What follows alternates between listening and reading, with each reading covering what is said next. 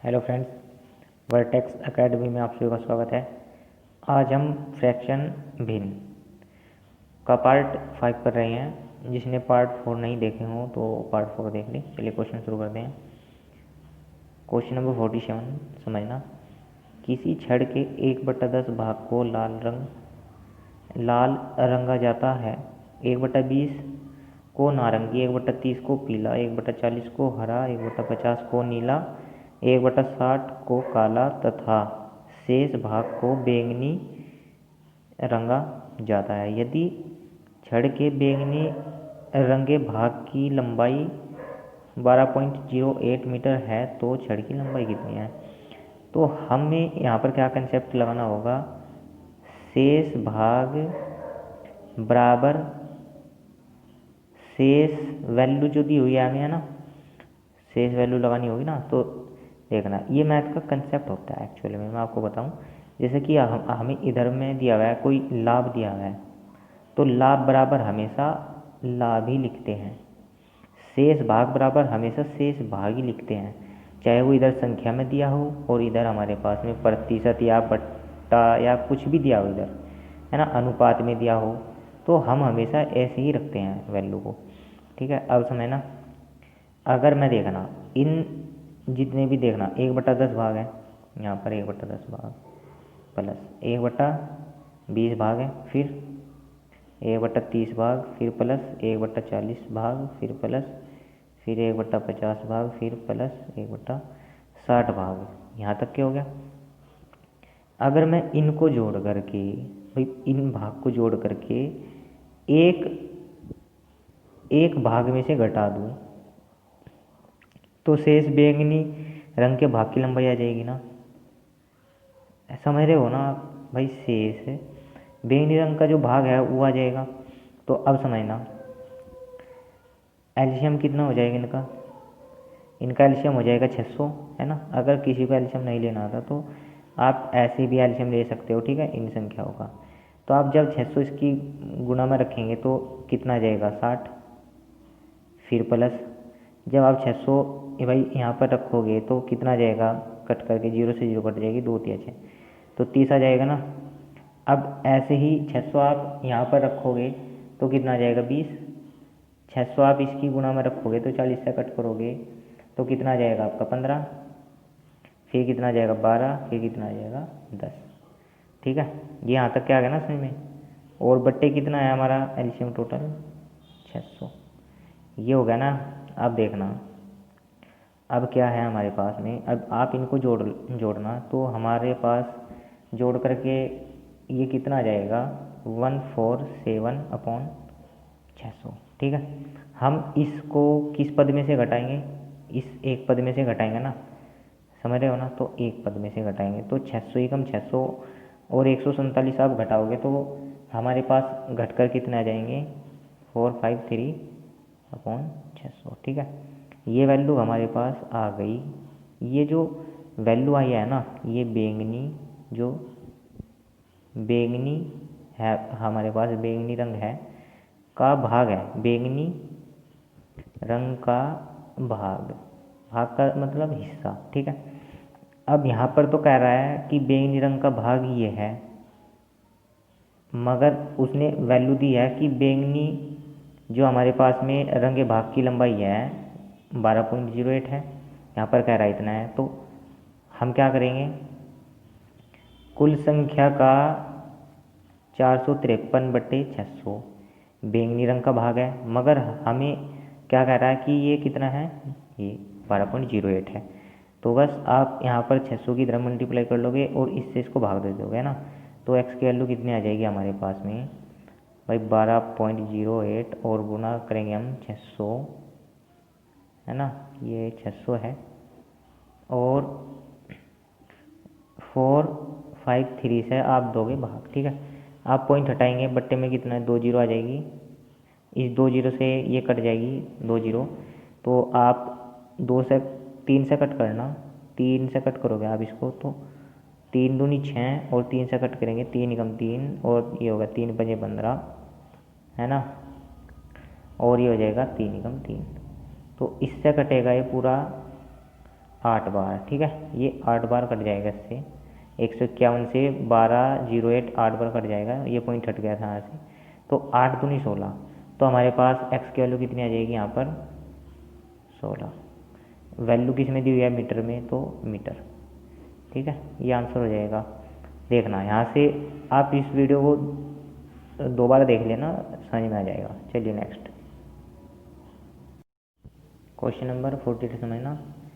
एक व्यक्ति अपनी आय का 1/3 भाग भोजन पर, अपनी आय का 2/5 मकान किराए पर तथा अपनी आय का 1/5 कपड़ों पर व्यय करता है, खर्च करता है। यदि उसके पास अभी 400 रुपये शेष रहते हैं तो शेष बराबर शेष रखेंगे, है ना, तो शेष बराबर शेष रखेंगे, तो देखना 1/3 भाग भी खर्च कर दिया प्लस 2/5 भी खर्च कर दिया, फिर प्लस फिर 1/5 भी खर्च कर दिया। ये तो खर्च कर दिया ना, माना उसकी आय एक पद है, पूरा एक आय क्या होता है भाई, पूरा एक पद ही तो होता है ना, कोई भी चीज़ हो, या तो 100% होता है या एक होता है पूरा, है ना, पूर्ण भाग ए होता है। तो आप देखना ये उसने खर्च कर दिया, तो एक भाग में से घटाएंगे इस भाग को, तो शेष भाग आ जाएगा, है ना। तो आप एलसीएम कितना लोगे यहाँ पे 15, तो यहाँ पर 15 एलसीएम आ जाएगा, तो यहाँ पर 5 की गुणा करनी पड़ेगी, तो यहाँ पर भी 5 की, है ना, तो 5 प्लस यहाँ पर 3 की मल्टीप्लाई करनी होगी, तो 3 की वहाँ पर, तो 3 दूनी 6, यहाँ पर 3 की मल्टीप्लाई करनी होगी, तो वहाँ पर भी 3 की, तो 3, और हो गया हमारे पास में, ये हो गया 15। अब माइनस में कितना है 1, यानी कि सॉरी ये प्लस में 1 है, ठीक है, ये माइनस में संख्या है। तो अब देखना ये कितने हो गए हमारे पास में 11 और ये 14 हो जाएंगे, 5 6 11 14, तो 1 माइनस 14 15, तो 15 ही का 15 14 घटा दो आप, तो कितने बच गए हमारे पास 1/15 भाग। हमारे पास शेष भाग रह जाता है 1/15, मगर यहाँ पर कह रहा है 400 शेष रह जाता है। तो कुल संख्या का जो मेरे पास कुल आय है, सॉरी कुल आय है, तो कुल आय का 1/15 भाग बच जाता है, मगर यहाँ पर कह रहा है कि 400, तो 15 की मल्टीप्लाई 4 में करें तो 15 चौका 60, 2 जीरो यहाँ है, तो हमारे पास कुल आय कितनी आ जाएगी, ये 6000, ठीक है, ये आंसर हो गया, सिंपल क्वेश्चन था, ये हो गया आंसर। Question number 49। किसी बांस के 0.1 और 5.8 भाग क्रमशः मिट्टी और पानी में है तथा उसकी शेष लंबाई 2.75 मीटर पानी के ऊपर है, तो बांस की लंबाई क्या है। देखना अगर मैं ये जो भाग है हमारा 0.1 और 5.8 को जोड़ करके एक भाग में से घटा दूंगा, तो शेष भाग नहीं निकल जाएगा। अरे 0.1 है ना प्लस 5.8, अब क्या करेंगे, तो हम क्या करेंगे यहाँ से देखना, एक पॉइंट हटाएंगे तो 10 आ जाएगा, प्लस 5/8, है ना, इस भाग को जोड़ेंगे और एक भाग में से घटा देंगे, तो एलसीएम कितना आ जाएगा 40, तो किसकी गुणा करनी होगी 4 की, तो वहाँ पर भी 4 की मल्टीप्लाई कर लो, और यहाँ पर 4 की यहाँ पर 5 की मल्टीप्लाई करनी होगी ना, 8 5 40, तो 5 की वहाँ पर भी, तो 5 5 25 हो गया, और यहाँ पर हो जाएगा हमारे पास में 40, किस में से घटाना है एक में से, आप इसको जोड़ लो, ये हो गए 29 और ये हो गए 40, और घटाना है हमें एक भाग में से, तो 40 ही कम 40 और ये 29, तो हमारे पास कितने बच जाएंगे 11 और ये 40। अब ये मेरे पास जो भाग आया है ना, ये शेष भाग है, क्योंकि हमने दो भाग जोड़ करके एक भाग में से घटाया, तो शेष भाग आ गया, है ना, तो यह है हमारे पास में शेष भाग, ठीक है। अब क्या कह रहा है, शेष भाग की लंबाई 2.75 मीटर है, यहाँ पर कह रहा है ये है, तो कुल भाग का माना कुल भाग जो हमारे पास x है, इस x का शेष भाग हमारे पास में है ये, मगर बराबर में कितना कह रहा है 2.75, यहाँ तक के समझ में आ गया, बराबर में कह रहा है ये वाला मान। तो अब 40 की मल्टीप्लाई यहाँ पर और 11 से दे देंगे इसको भाग, तो 2.75 और ये 40 और बट्टे में आ गए 11, है ना, ये आ जाएगा। अब क्या करेंगे देखना भाई, पॉइंट हटाएंगे, 2 जीरो आ गई, 1 जीरो से 1 जीरो कट जाएगी, तो 11 से कट करेंगे, 11 दूनी 22 और 5 बचे, तो 11 पंजे 55, ठीक है, पंजे पंजे 25 और 5 दूनी 10, 2 से इसको कट करेंगे 2 बार, तो 5 दूनी 10, तो हमारा देखना 5 दूनी 10 हो गए ना, तो एक्स की वैल्यू कितनी आ जाएगी 10, और वैल्यू किस में दी है मीटर में, तो मीटर, ये आंसर हो जाएगा। चलिए नेक्स्ट करते हैं। क्वेश्चन नंबर समझना, 50 क्वेश्चन है हमारे पास में। तो यदि एक भिन्न का अंश 20% और उसका हर 25% बढ़ा दिया जाए तो परिणाम स्वरूप इस प्रकार प्राप्त भिन्न 3/5 होती है।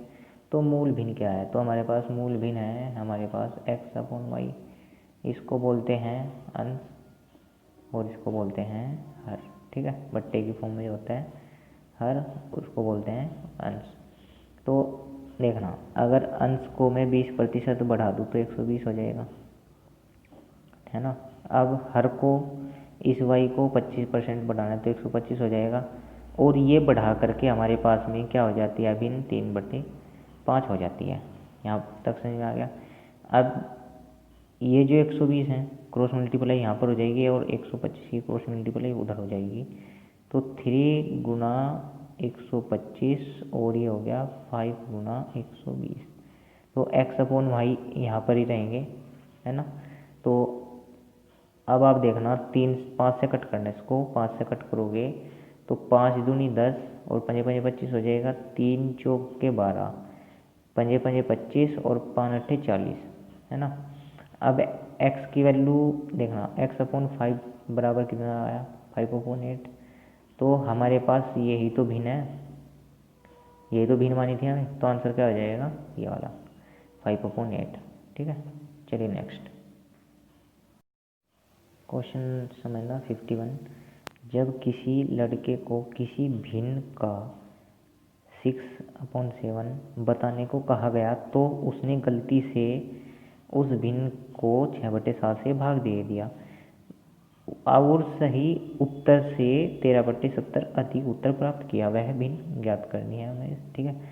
तो देखना भिन्न क्या होती है x/y, हमारे पास ये भिन्न है, ये हमें ज्ञात करनी है। तो इसका इस भिन्न का मतलब होना 6/7 करने को कहा गया, ये किया, तो हमारे पास ये तो 6x और ये 7y, ये तो हमारे पास सही उत्तर है जो कि हमें लाना था, है ना, जो कि हमें लाना था, ये तो सही उत्तर है। मगर उसने क्या कर दिया, गलती से इस भिन्न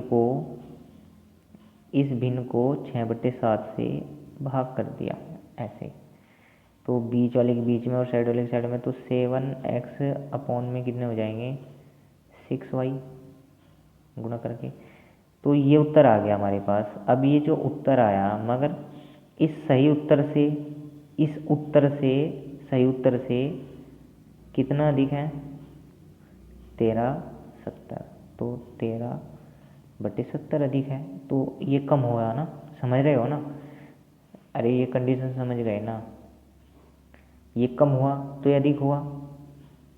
अब समीकरण से एक्स वाई बाहर ले लेंगे, तो हम x और y बाहर लेंगे, तो 7 6 बचे यहाँ पर माइनस के, और ये बचा 6/7 इक्वल टू 13, और ये है हमारे पास में यहाँ पर 70, है ना। तो 7 7 49 छंग छंग 36, 7 7 49 छंग छंग 36 और 7 छंग 42, ये हो गया।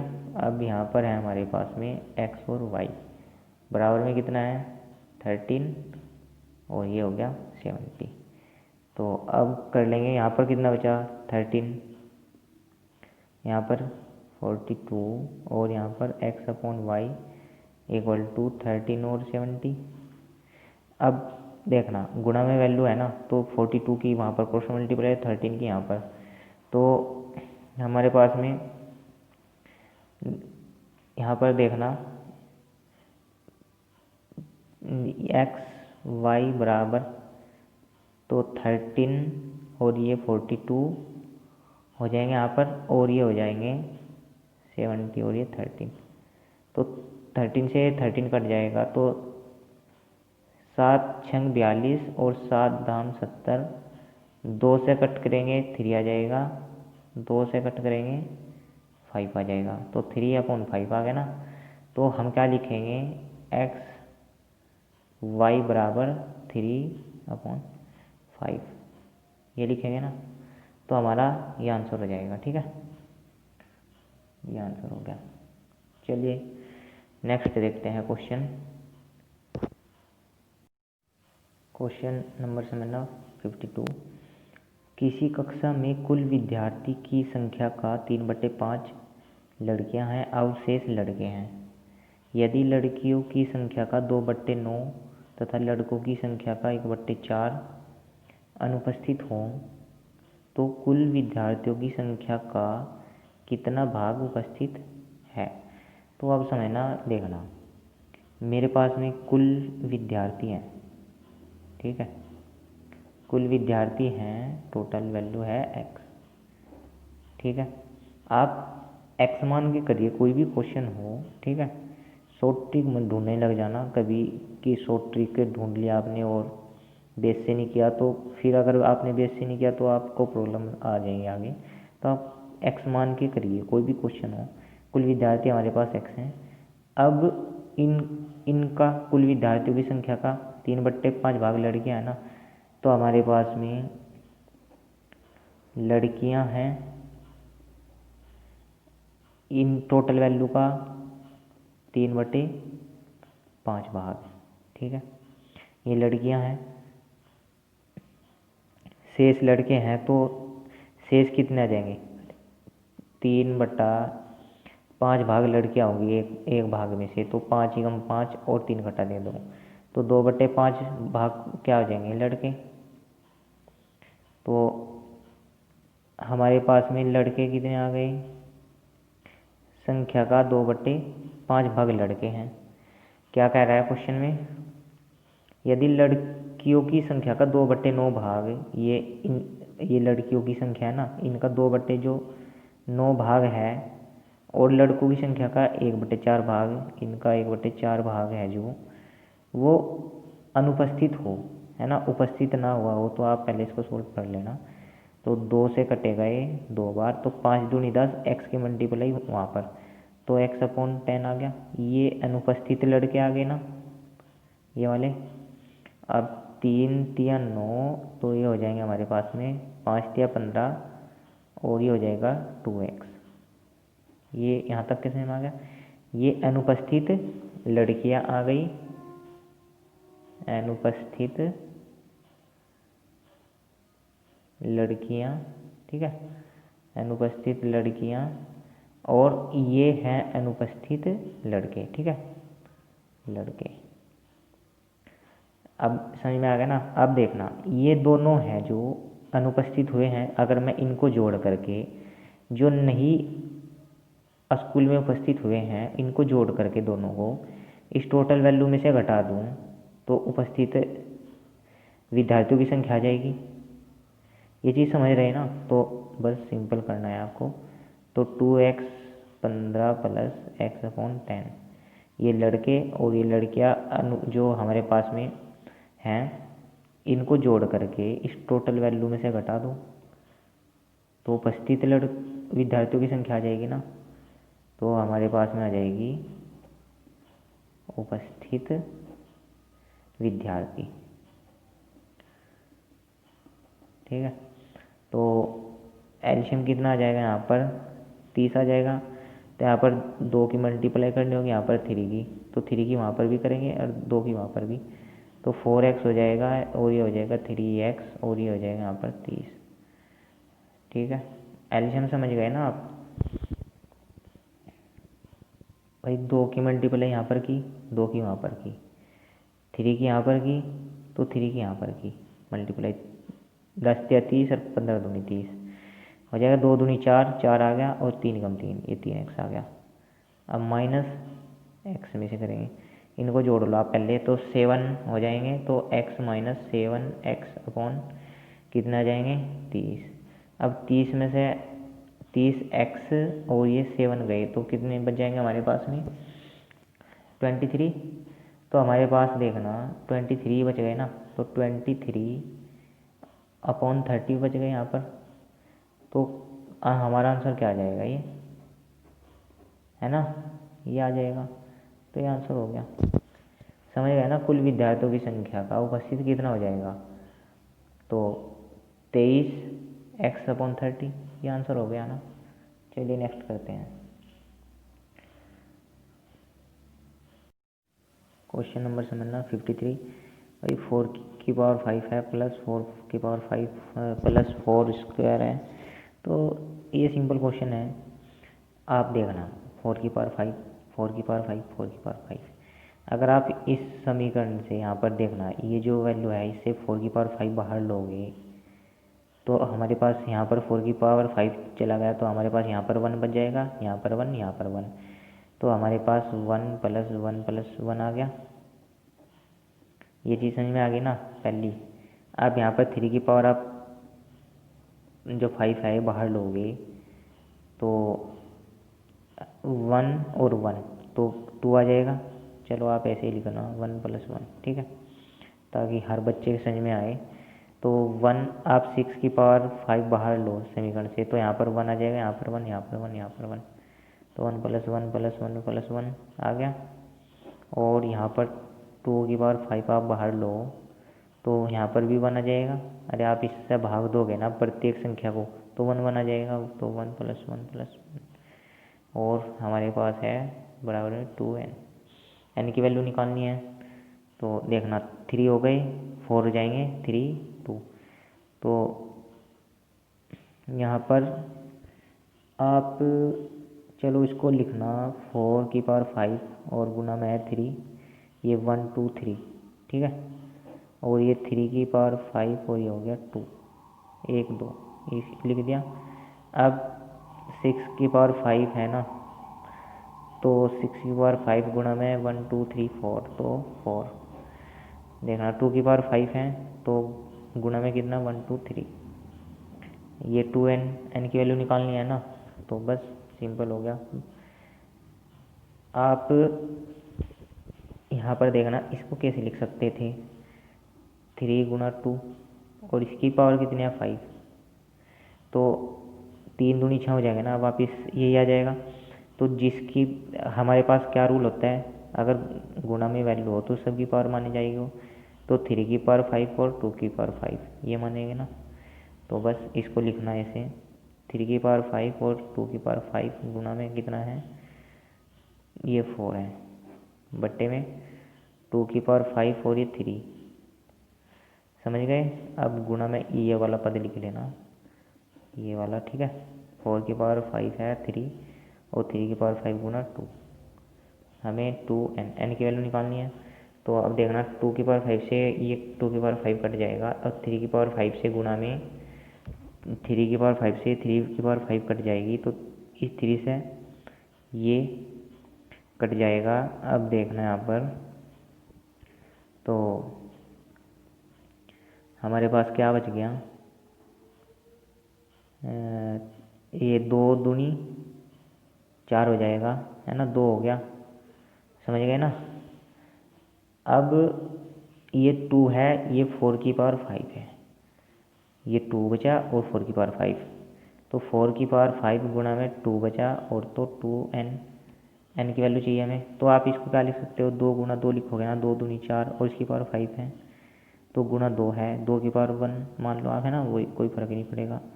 तो 2n, n की वैल्यू निकालनी है।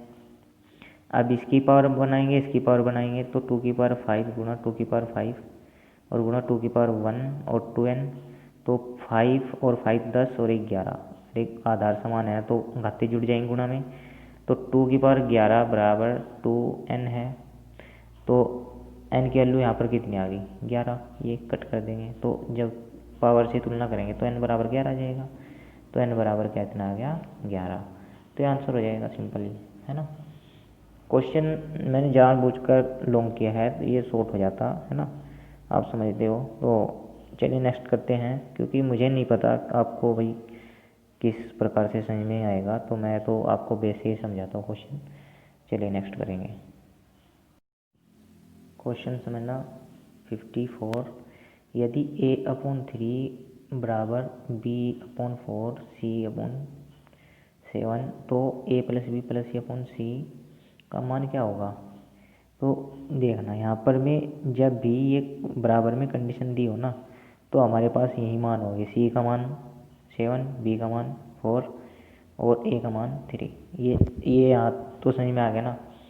अगर देखना, अगर हमारे पास बराबर में कोई कंडीशन ना दी हो तो आप सबके बराबर 1 मान लेना, ठीक है। इसके बराबर 1, तो b/4 के बराबर 1, c/7 के बराबर 1 मान लिया, ठीक है। आप कुछ भी मान सकते हो, a b c d जो भी आपका मन करे, 1 भी मान लो।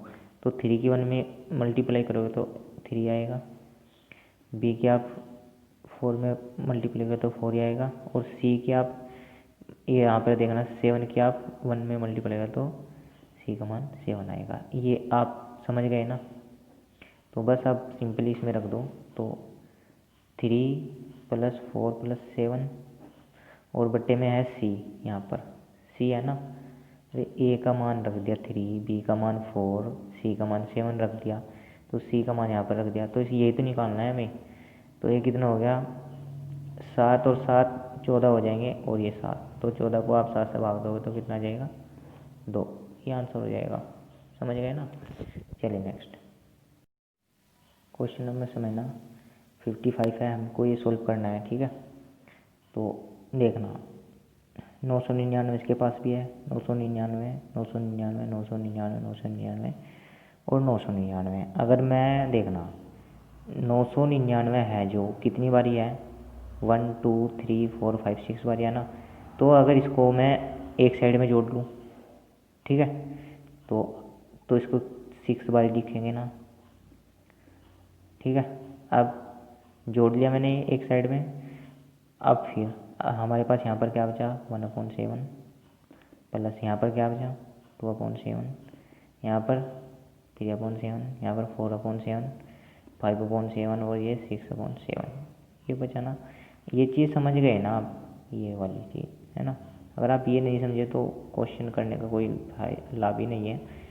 तो आप जब कोई भी चीज़ जोड़ते हैं, जैसे हमें 6 बारी जोड़नी है ये, तो आप 6 से गुणा कर दो, योग आ जाएगा। तो आप इनको जोड़ोगे तो हमारे पास में 21 आ जाएगा, ठीक है। आप ऊपरले पद को जोड़ोगे 21 आ जाएगा, और एलसीएम कितना है 7, तो ये तो सेम ही लिखेंगे। फिर यहाँ पर प्लस लगाना, ठीक है, प्लस, तो प्लस, तो 6 गुणा 99 और 7 या 21 प्लस कितने, तो 6 गुणा 999, ठीक है ये। तो इसको सोल्व करने के बाद हमारा कितना आ जाएगा, आप इसको सोल्व कर लेना, ठीक है ना। तो अब भाई आप मल्टीप्लाई करना, फिर 3 जोड़ देना, तो हमारा आ जाएगा 5997, ठीक है। तो ये आंसर आ जाएगा हमारा। चलिए नेक्स्ट क्वेश्चन समझना 56, 1/20 दिया गया है, प्लस 1/30 प्लस 1/42 1/56 ये दिया गया क्वेश्चन। तो देखना 1/20 को आप कैसे लिखोगे। अगर मैं 1/5 गुणा ए से कर दूँ, है ना, 5 चौक 20 हो जाएंगे ना, ये समझ गए ना आप। अरे 1/20 को मैंने ऐसे लिखा, फिर प्लस 1/ इसको कैसे लिखेंगे हम, 6 पंजे 30, फिर प्लस, अब 1/7 और ये हो गया हमारे पास में 7 6 42, फिर प्लस ये हो जाएगा 8 7 56, फिर प्लस। ऐसे ही ये मैं यहाँ पर लिख दे रहा हूँ, ठीक है। तो आप 1/12 और गुना 11 करोगे, 132, है ना। अब देखना मैं अब इसको क्या लिख सकता हूँ भाई, अब इसको देखना 5 माइनस 4 और ये 5 गुणा 4, इस संख्या को मैंने ऐसे लिखा, कोई दिक्कत तो नहीं आना, 5 में से 4 जाएंगे तो 1 आ जाएगा, और ये तो संख्या सेम ही है। फिर प्लस, फिर मैंने लिखा 6 में से 5 और ये 6 गुणा 5 सेम लिख दिया, 6 में से 5 जाएंगे तो 1 आ जाएगा। यहाँ तक भी कोई प्रॉब्लम नहीं होगी आपको। तो ये भी 7 माइनस 6 और ये 7 गुणा 6, यहाँ तक भी आपको कोई प्रॉब्लम नहीं होगी। फिर प्लस 8 माइनस 7 और ये 8 गुणा 7, यहाँ तक भी कोई प्रॉब्लम नहीं होगी, 8 में 7 जाएंगे तो 1 आ जाएगा। फिर ये ऐसे ही 12 माइनस 11 और ये हो गया 12 गुना 11, यहाँ तक भी आपको कोई प्रॉब्लम नहीं होगा, है ना। अब देखना, मैं एक बारी इसके बट्टे में एलसीएम लिखूँगा और एक बार इसके में, देखना 5/5 गुणा 4 माइनस 4 5 गुणा 4, इस कंडीशन को मैंने ऐसे लिखा। कोई प्रॉब्लम आपको? अरे एलसीएम तो 20 है ही है ना, 5 जोग 20 5 जोग 20, तो उसको एक बार लिख लेंगे तो इनको माइनस कर देंगे, समझ गए ना। ठीक है, फिर प्लस यहाँ पर देखना 6/6 गुणा 5 और माइनस 5/6 गुणा 5, इस वाली कंडीशन को मैंने ऐसे लिखा। ये समझ गए आप? ठीक है ना। अब फिर प्लस, फिर 7 गुना 6 माइनस 6 गुना 7 गुना 6, इस कंडीशन को भी मैंने ऐसे लिखा, क्योंकि वापस आ जाएगी ना ये चीज़ वापस आ जाएगी। आप जानते हो भाई, 7 6 42 7 6 42, एक बार लिखेंगे 7 में 6 घटा देंगे, वो सेम कंडीशन बन जाएगी। फिर प्लस, फिर ऐसे ही डॉट डॉट, ये जो कंडीशन है मैं इसको लिख रहा हूँ, तो 12/12 गुना 11 और माइनस 11 अपॉन हो जाएगा हमारा 12 गुना 11, है ना। ये हो गया ना आपका। अब देखना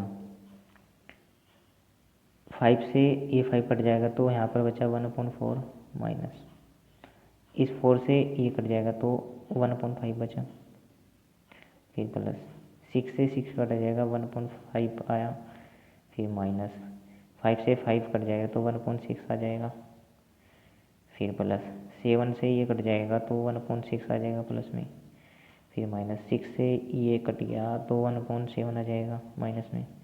तो ऐसे ही प्लस, ठीक है। तो यहाँ पर 12 से 12 कट जाएगा तो 1/11 ये आ जाएगा, सॉरी 1/11 आ जाएगा ना, तो ये हटा दो यहाँ से, 1/11 आ गया माइनस। इस 11 से ये कट जाएगा तो हमारे पास माइनस में कितना आ गया, 1/12 आ जाएगा, है ना। अरे 11 ही कम 11 और 11 कम 11 कट जाएगा ना, 1/12 आ जाएगा। अब देखना, ये संख्या माइनस की है प्लस की, ये संख्या माइनस की है प्लस की, ये संख्या माइनस की, आगे भी एक संख्या प्लस की आ जाएगी, और ऐसे ये कट जाएगा यहाँ तक के मान, है ना। हमारे पास ये बीच वाली सभी संख्या कट जाएंगी, तो हमारे पास 2 संख्या बचेंगी केवल, 1/4 और माइनस में 1/12, ये संख्या बच गई।